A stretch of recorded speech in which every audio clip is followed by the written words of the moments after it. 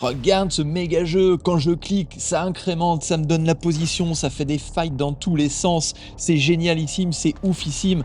Eh bien, c'est ce qu'on va voir dans cette vidéo. Je vais t'apprendre à faire tout ça. L'objectif n'est pas de te montrer comment faire un jeu qui cartonne. L'objectif, c'est de te montrer comment est-ce que tu peux te débrouiller avec les bases pour créer ton propre jeu sur le web. On va utiliser Phaser.io pour pouvoir créer notre jeu. C'est une librairie que tu pourras utiliser pour créer tes propres jeux et tu peux faire quand même pas mal de choses. Il y a une très bonne documentation, notamment tu vas dans les ressources, tu as des exemples, tu as de quoi démarrer et tu as toute la documentation. C'est parti, on commence. Ok, la première chose, ça va être de créer ton projet. Bah oui, la base. Donc tu vas aller à l'endroit où tu crées des projets d'habitude. Je te laisse trouver. Moi, je vais dans CD, Documents, Project et on va faire un npx, nuxi, ini et nous, on va appeler ça clic combat. Voilà, aussi simplement que ça. Ça va télécharger toute la planète entière par l'intermédiaire de npm. Et pourquoi est-ce que je crée un projet avec Nuxt.js? Bah, tout simplement parce que j'ai l'habitude d'utiliser Nuxt.js, mais tu peux mettre du Vue.js derrière, ça changera strictement rien à ce que l'on va voir ici. Enfin si, parce que nous on est des vrais devs et on va avoir quelques petites subtilités, notamment avec Nuxt.js qui propose une version SSR, tu sais la version que tu peux référencer sur les moteurs de recherche. Et là, comme on n'a pas besoin du SSR, eh bien on va contourner ce problème de façon assez simple. Bon, ici, on n'a pas besoin de repo. De toute façon, je te mettrai les sources téléchargeables dans mon canal Telegram. Tu auras juste à cliquer sur le premier lien dans la description ou dans le commentaire épinglé et je te mettrai un fichier zip que tu pourras télécharger avec absolument tout dedans. Voilà, j'ai fait entrer. Ce qu'on va faire, c'est qu'on va faire un code de notre projet pour ouvrir notre éditeur de code préféré. On a une structure Nuxt.js ici et on va tout de suite commencer par installer Phaser parce qu'on va avoir besoin de créer un jeu, donc on a besoin de cette librairie. Et encore une fois, comme tu as des yeux un peu pourris, je vais zoomer pour toi. Là, pour le coup, tu as juste à faire un npm install de Phaser. On télécharge la planète encore une fois. Et voilà, tout est installé, il n'y a plus rien à faire. Maintenant, il faut coder et mettre les mains dans le cambouis. On va déjà commencer par créer un plugin dans Nuxt.js. On va créer un nouveau dossier qu'on va nommer plugin. Bah oui, c'est ce qu'on est en train de faire. Et je vais créer un fichier spécifique qui s'appelle phaser.client.ts. Pourquoi client? Parce qu'on veut exécuter justement ce fichier que du côté navigateur. Du côté serveur, on n'en a pas besoin. Et si tu commences à mettre ça du côté serveur, ça va te claquer une erreur comme quoi Windows n'existe pas. Donc si tu trouves Windows n'existe pas, c'est que tu as fait une boulette quelque part. Et si tu veux plus faire de boulette, abonne-toi. On va importer Phaser parce qu'on en a besoin et on va créer notre plugin. Donc on va faire un export, default, define Nuxt plugin, c'est marqué ici. Hop là, on va faire l'autocomplétion puis on va voir ce qui se passe un petit peu après. Et on n'oublie pas de refermer la parenthèse et de mettre un petit point virgule simplement pour la beauté du code. C'est pas tout à fait comme ça que je l'imagine. Moi, ce que je vais faire, c'est que je vais virer ça parce que je vais pas vraiment en avoir besoin et je vais directement faire un return d'un objet qui va avoir un provide parce que c'est une option que l'on a avec le petit phaser comme ça. On n'oublie pas de refermer la collade. Et notamment ici, ça va pas être phaser comme ça parce que je vais utiliser, tu vas voir, d'une façon différente. Ça va être phaser, deux points, phaser. Qu'est-ce que je viens de faire? Bah, je viens de créer un plugin. Non, plus sérieusement, sous Nuxt.js, ou tout du moins plus globalement avec Vue, tu vas créer un objet qui contient une propriété provide qui à l'intérieur va contenir un objet. Cet objet-là, c'est tout simplement la référence à mon objet phaser, phaser que j'ai importé juste ici. Et pour le coup, je vais pouvoir l'utiliser après dans mes composants, comme on a l'habitude de l'utiliser avec Nuxt.js. Et voilà, c'est fini. On a créé notre plugin. Maintenant, il ne reste plus qu'à faire le reste. Et ce que je te propose, c'est de commencer par créer un composant. On va aller créer un petit dossier qu'on va appeler component. Encore une fois, c'est logique puisque on crée des composants. Et ici, on va appeler ça gamescene.vue. Ça me paraît pas mal. Je sais pas ce que t'en penses. Parce que ça va être une scène et puis c'est dans un jeu. Donc une scène, un jeu, game scene. Et en plus, ça sonne bien. On va faire un petit VBase pour pouvoir importer tous les scripts nécessaires pour coder notre jeu. Ici, je vais faire pour l'instant un H1 avec la game scene. Et puis, ce qu'on va faire, c'est qu'on va aller dans app, on va dégager tout ce qui ne sert strictement à rien, c'est-à-dire tout ça, et on va aller chercher notre game scene. À ce moment-là, on peut regarder s'il n'y a pas de problème, de bug ou quoi que ce soit en faisant un petit npm run dev. Question de démarrer le serveur et de regarder un petit peu ce qui se passe dans le navigateur. Hop, on clique ici. Là, tu vois rien, mais t'en fais pas, je vais te montrer. Tada, on a notre composant d'affiché. Bon allez, plus sérieusement, on va coder un petit peu plus en détail notre game scene et pour l'instant, on va avoir besoin juste de ce composant-là. On va aller importer tous nos éléments uniquement à l'intérieur de GameScene. Je veux pas devoir me poser des questions sur d'autres endroits du code. On travaille que dans ce fichier-là. Puis de toute façon, toi, moi, t'auras pas de questions à avoir, compte tenu du fait que tu seras sur mon canal Telegram et que tu pourras avoir le fichier zip. Comme on a créé un joli plugin, ce qu'on va commencer par faire, c'est un petit const, on va déstructurer tout ça et on va faire un $phaser qui va aller chercher use nuxt app. Et si tu veux voir si ça fonctionne vraiment bien, tu peux déjà commencer à faire un petit truc comme ça, comme un gros sale, ce qui va te rafraîchir ton navigateur et qui va te dire que Nuxt n'existe pas. Ah, peut-être que j'ai fait une boulette.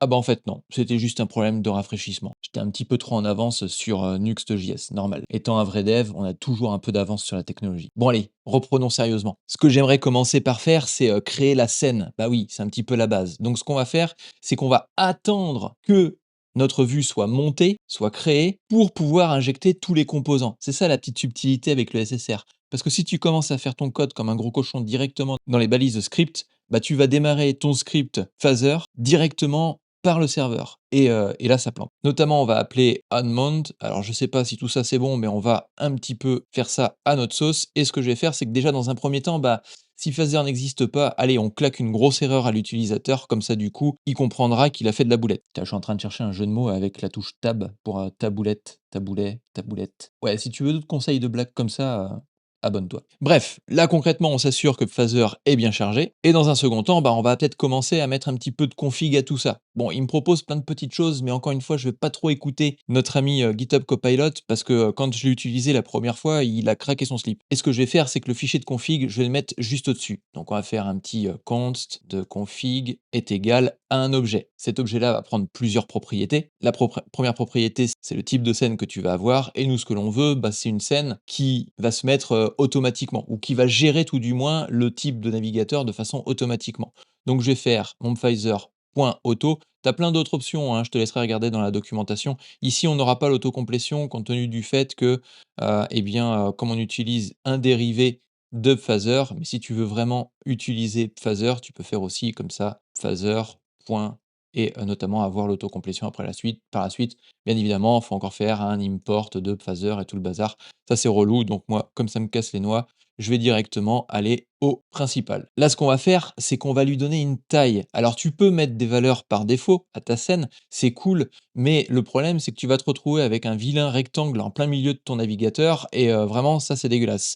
Donc, ce que l'on va faire, nous, c'est qu'on va donner une taille en fonction de, eh bien, tout simplement, en fonction de la taille du navigateur, de façon à ce que ça prenne toute la place. Et là j'ai erreur 500. Mais t'en fais pas, on va régler tout ça dans un instant. La raison à ça, c'est que bah, j'ai fait un peu mon boulet. J'ai voulu suroptimiser mon code. Le problème, c'est que la configuration, tu es obligé de la mettre à l'intérieur de ton chargement de vue. Bah ouais, je te l'ai dit tout à l'heure en plus. Il faut attendre absolument de charger Mounted. Sinon, tu peux pas accéder à Windows et tu peux pas non plus accéder à ton plugin. Parce que quand tu le mets à l'extérieur de Mounted, tu démarres ça sur ton serveur. Ouais, moi aussi, ça m'arrive de faire des petites boulettes de temps en temps. Mais c'est extrêmement rare. C'est peut-être la seule fois sur YouTube et dans tout le YouTube Game que tu me verras faire des boulettes. Bref, maintenant, il faut créer la scène. Et pour créer une scène, bah, c'est assez simple. Tu vas commencer par créer une petite classe que tu vas appeler GameScene, par exemple. Tu vas extend de phaser scène, logique, parce qu'on est en train de créer une scène. Et tu peux lui mettre un petit constructeur, avec notamment une clé et puis le nom de ta scène. Bah, tu mets ce que tu veux en termes de chaîne de caractères ici.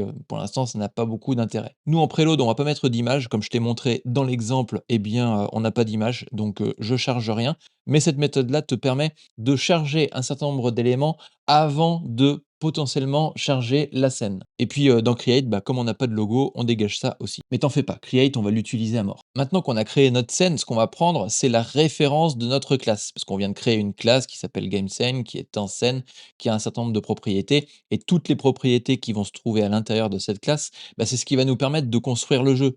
Donc pour le coup, on va rajouter une petite propriété qui va s'appeler scène, comme par hasard, et on va lui mettre la référence à notre game scene. Et là, il va falloir que je crée un petit container. Bah oui, parce que pour l'instant, on crée une scène, on crée une configuration, on crée plein de choses dans tous les sens, mais à aucun moment on dit tiens, tu vas afficher ça ici. Et ce qu'on va faire, c'est qu'on va créer une petite div qui va avoir ID, peut-être mieux que game, on peut faire game container, je trouve ça cool. Et à partir de là, on peut retourner dans notre scène pour aller cibler justement ce game container, faire un parent de game container. On peut lui ajouter un petit background. Bon, ça c'est optionnel, hein, mais je je te montre des petites choses supplémentaires que tu pourras utiliser derrière si tu te poses des questions. Moi, je trouve qu'on a quand même un petit objet assez sympathique. On pourrait peut-être essayer d'afficher notre scène maintenant. Je sais pas ce que t'en penses. Éventuellement, lâche un like si t'es d'accord avec moi. Si t'es pas d'accord, on continue pas. Tout le monde n'a pas liké là. Hop, hop, hop. Allez, je veux voir autant de nombre de vues que de likes.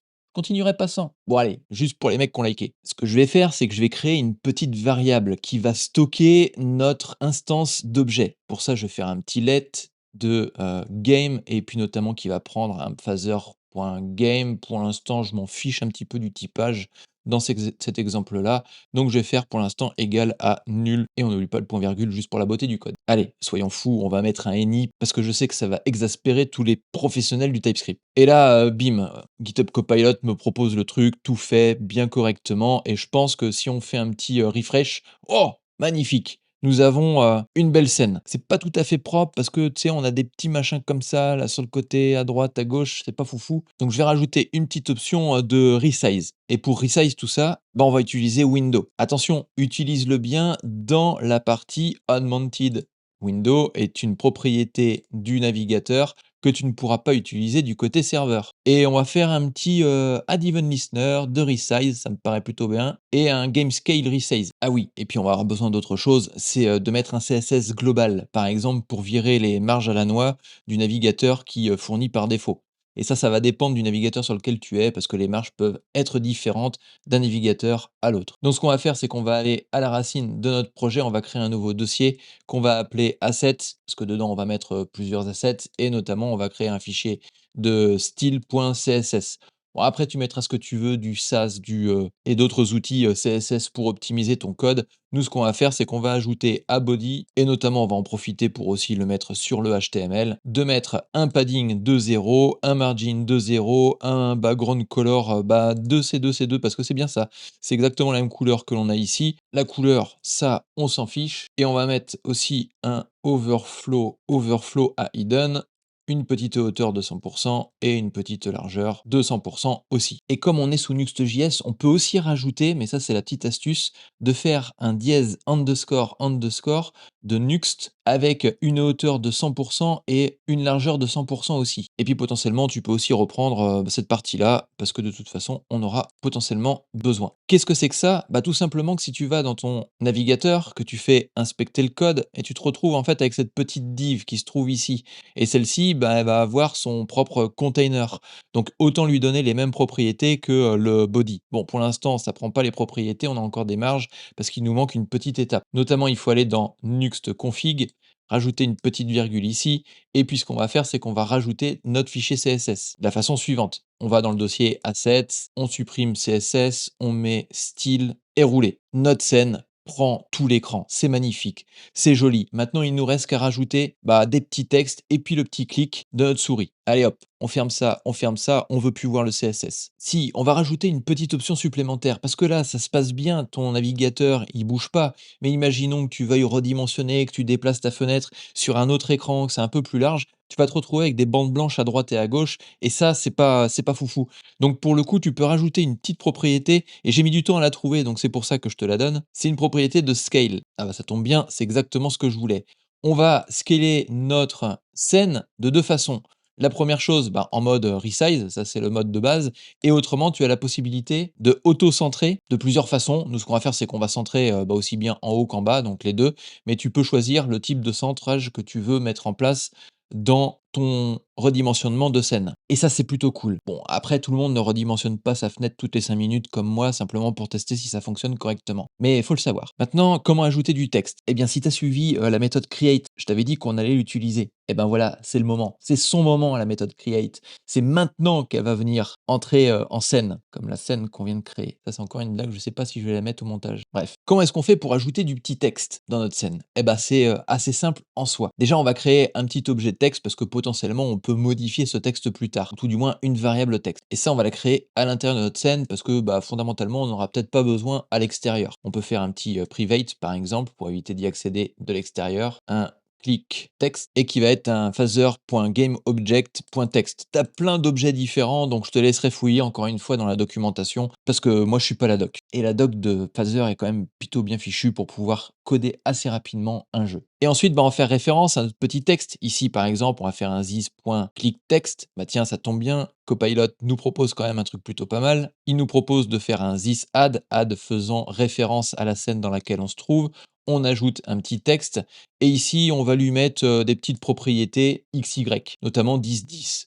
Click me, bon, c'est pas très évocateur pour un jeu, je te laisserai mettre mieux que ce que l'on peut avoir ici. Et on peut lui ajouter quand même des petits attributs de CSS, notamment une couleur en blanc, vu que notre fond d'écran est assez foncé. Ce que je vais faire, c'est que je vais ajouter un petit background, là, c'est pour voir un petit peu tout ce que nous propose notre texte. Un petit padding qui va bien, de façon à pouvoir aligner correctement le texte en X et en Y, les bases de les coordonnées en mathématiques, quoi. Et puis on va fixer width à 0. Comme ça, du coup, on lui met pas de taille minimum en termes de largeur. En hauteur, on s'en fiche un peu. Et là, tu fais un petit refresh de ton navigateur et t'as Click Me. C'est plutôt cool, ça fonctionne. Bah, je t'avais dit que ça serait pas forcément très beau, hein. L'objectif, c'est de te montrer ce que tu peux faire. Après, tu te débrouilleras derrière. Maintenant, ce qui serait plutôt cool, c'est de détecter le clic de la souris. Tu sais, quand tu cliques un petit peu partout, qu'on puisse avoir des petites informations qui sont remontées au niveau du navigateur pour les afficher à l'intérieur. Et pour ça, on va faire une petite propriété count. Mais ça, je vais pas le mettre dans le jeu. Pour une simple et bonne raison, c'est que je voudrais te montrer une petite astuce qui va te permettre de mettre à l'extérieur un certain nombre de données pour que tu puisses les réutiliser, par exemple dans une fonction pour enregistrer ça dans une base de données, ou encore autre chose. Donc ce que je vais faire, c'est créer tout simplement une propriété, ou tout du moins une variable, const count, avec une ref à 0. Et là, on sort de la scène et on sort de Phaser, on rentre dans Nuxt.js, plus globalement Vue.js. Et on va stocker dans une variable count la valeur qui sera incrémentée issue de nos clics. Ce qui nous permettra, dans notre cas, par exemple, de rajouter une petite div en bas qui va contenir la valeur de count pour pouvoir l'afficher, mais en dehors de la scène, potentiellement au-dessus de la scène. Tiens, par exemple, on va lui ajouter une petite classe counter, par exemple, où on va dire click counter, pour être encore plus précis. Et là, on va lui mettre total de click et counter. Et puis, ça tombe bien, il nous propose de faire un petit click counter avec une couleur qui va bien en blanc. Par contre, moi, je vais lui donner une position absolue. Je voudrais par exemple l'afficher en bas ici. Bon, comme tu le vois, ça claque de partout. J'ai un petit sas embedded là qui est no found. Tout simplement parce que j'ai ajouté le langage SCSS, mais ça, c'est l'autocomplétion quand tu ajoutes les éléments de base à l'initialisation de ton composant. Là, concrètement, tu vois qu'on n'a plus de problème. Mais pour l'instant, ça ne s'affiche pas. Donc, ce que je vais faire, c'est que je vais lui donner une petite position absolue. Comme ça, du coup, je vais pouvoir définir à l'endroit où est-ce que je veux mettre mon élément. Et on va le mettre en bas. Bottom 10, peut-être que je vais mettre 20 parce que 10, ça fait un petit peu l'edge quand même. Et un petit height de 20. Allez, on va lui ajouter du background color. Comme ça, du coup, on va faire ça dans les règles de l'art. Une petite couleur, un petit padding qui va bien, un petit border radius. Voilà, quelque chose qui soit un petit peu sexy. J'ai dit un petit peu, hein, tu le trouves juste en bas. Ouais, avec ma tête, tu dois pas voir grand-chose. Là, ça se trouve juste ici. Maintenant, il faut incrémenter ce petit compteur et puis on va voir aussi comment le faire, mais dans la scène. Notamment, on va incrémenter un compteur aussi dans ce texte-là. Je t'avais dit qu'on verrait plein de choses différentes dans ce tuto. Même si c'est un cas vraiment basique, l'objectif, c'est que tu puisses te débrouiller par la suite. Et encore une fois, si tu n'arrives pas à te débrouiller tout seul, abonne-toi. C'est important les abonnements. Ça met une sueur froide à YouTube et ça lui dit, cette chaîne, elle envoie du steak. Il va falloir envoyer aussi beaucoup de personnes. Et quand il y a beaucoup de personnes sur ma chaîne, ça me fait beaucoup de YouTube money. Bah ouais, on n'est pas là pour ne pas gagner d'argent aussi, hein. Pas rêver les gars. Bref, on continue. Comment est-ce qu'on peut bien faire pour pouvoir détecter le clic de la souris dans la scène? Encore une fois, tu as une petite propriété en faisant un this.input.on. Ah bah tiens, ça tombe bien. Copilot est là pour nous aider. C'est pointer down, donc ça c'est l'événement, mais t'en as plein d'autres, hein. Tu peux détecter les touches de clavier ou encore plein d'autres choses. Ici, il nous propose de faire un counter.value plus plus. Ouais, ça me paraît cohérent. Et à cet endroit-ci, c'est là où c'est intéressant, c'est qu'il me propose de mettre à jour le texte, notamment en faisant référence à this click text. Je te rappelle, hein, c'est une propriété privée dans notre objet et qui se trouve dans notre scène. Et on va lui setter click me et notamment le nombre de clics que l'on a à l'intérieur. Ce que je vais faire, c'est que je vais ajouter une petite condition parce que ça, c'est pas quand même très propre. Et on va reprendre ça que l'on va coller à l'intérieur et comme ça, cette petite partie, on en a plus besoin. Mais attention, il y a d'autres petites propriétés intéressantes parce que tu aimerais bien savoir si tu cliques ici, si tu cliques là ou si tu cliques encore ici. Et pour ça, tu peux avoir les coordonnées. Tu vas juste ici, tu tapes pointeur et notamment ici, tu vas faire voilà un phaser.input.pointeur. Ah, c'est logique. Phaser, c'est ton objet de base. Dedans, tu as des inputs. Ça tombe bien, on est sur un input. Et tu vas aller chercher un objet pointeur. Cet objet pointeur a un certain nombre de propriétés.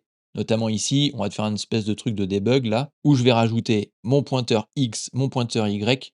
Voilà, les dossiers ils nous servent à rien depuis le début. Hop, et puis on va faire un petit objet comme ça, de façon à être un peu plus dans le détail. Normalement, tu n'as pas besoin de rafraîchir ton navigateur, ça se fait automatiquement avec Nuxt.js, mais au cas où que ça ne fonctionne pas, tu peux faire un petit CTRL R ou pomme R comme moi. Et on va cliquer pour voir. Magique, ça nous donne la position en X et Y de notre pointeur et ça nous donne un ici. Et tu as vu, ça nous a donné un ici aussi, parce que ça, c'est une valeur que l'on peut sélectionner, qui se trouve dans notre code HTML, qui est en dehors de la scène. Par contre, bah, cette partie-là, elle n'est pas sélectionnable compte tenu du fait qu'on est dans la scène. Mais ici, on a déjà fait 3 clics au passage, juste en t'expliquant. Et ça te prend toutes les informations dont tu as besoin pour faire un super jeu vidéo. Allez, on va continuer notre aventure de création de jeux vidéo en ajoutant un petit effet. Quand je clique, je veux que ça fasse des petits trucs de magie, des petites bulles qui éclatent, comme si j'étais en train de fight et que je mettais de la puissance dans mon clic. Et pour ça, tu peux créer une petite variable, par exemple, on va appeler ça click effect. Et là, on va lui donner un petit this.add. Encore une fois, on ajoute et on va faire un petit circle. C'est bien les circles. On autocomplète pour l'instant. Le truc, c'est que ici, on va avoir besoin des coordonnées de notre pointeur. Donc là, je me suis mis vraiment comme un gros boulet à l'extérieur de ma méthode. Ça va se passer à l'intérieur. Je pense que tu l'auras deviné. Allez, on va demander à Copilote de nous régénérer tout ça. Et puis ici, j'ai dit que c'était du fight, donc moi je veux du rouge. Maintenant, si j'essaye de cliquer ici, on voit qu'on a un petit point, et puis un autre petit point, et un autre petit point. Moi je veux que y ait de l'animation, parce que là pour le coup ça ressemble plus à un sapin de Noël qu'autre chose.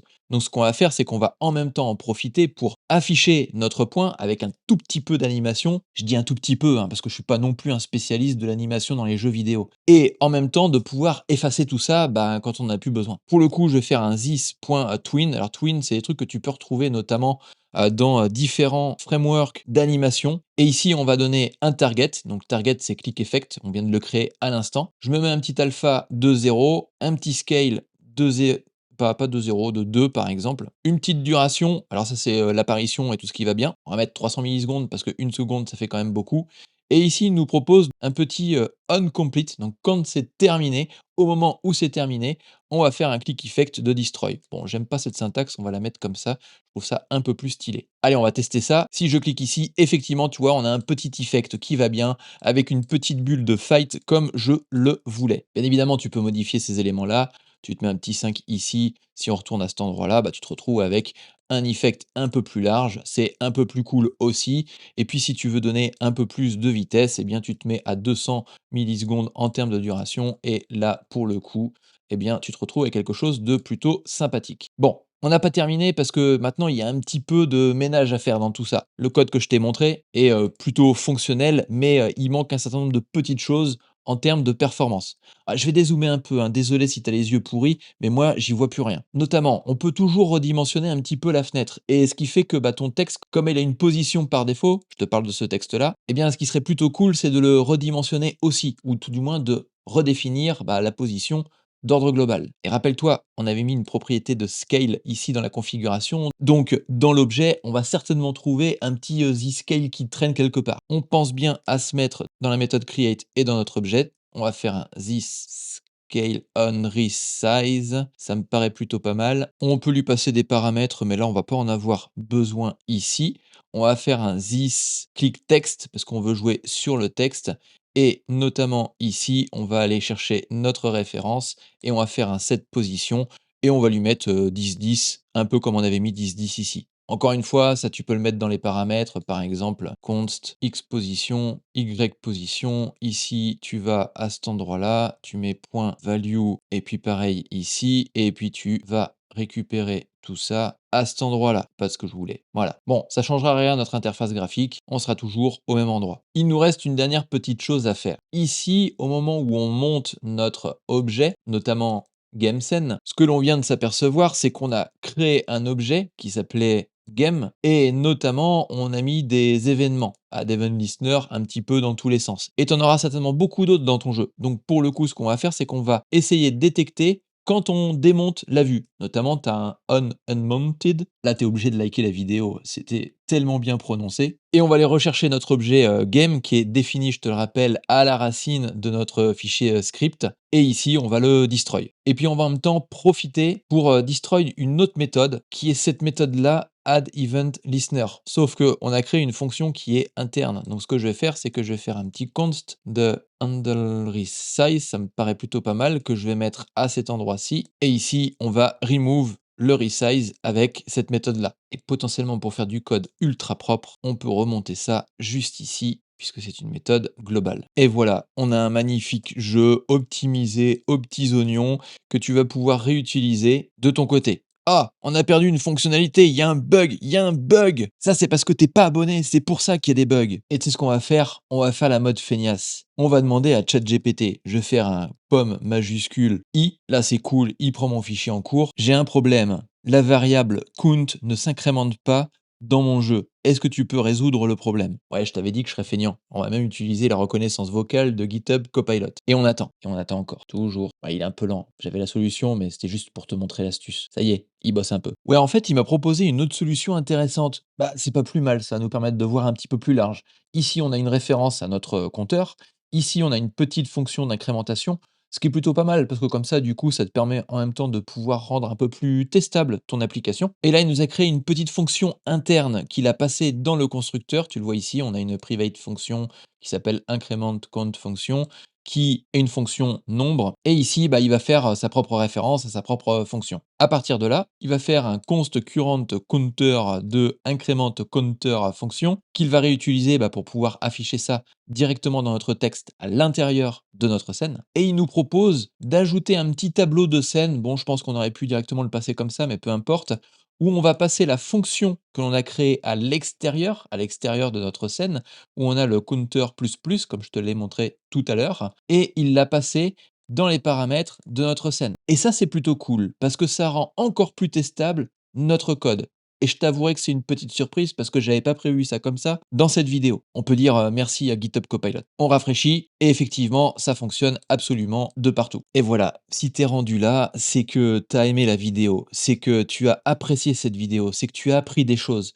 Donc je vais te demander de faire 3 petites choses, toutes simples. 1, tu lâches un like. Alors reclique pas sur le bouton like si tu as déjà cliqué dans le courant de la vidéo, ça enlève le like, ça serait dommage. La deuxième, c'est tu t'abonnes. Faut s'abonner en masse à ce type de vidéo. Les abonnements, c'est un encouragement. Et la troisième chose, bah, c'est si tu veux le script complet, n'hésite pas à rejoindre le canal Telegram. Et en plus, je te documente la création d'un SaaS que je suis en train de mettre en place en ce moment. Parce que bon, là, c'était pour m'amuser, ce tuto.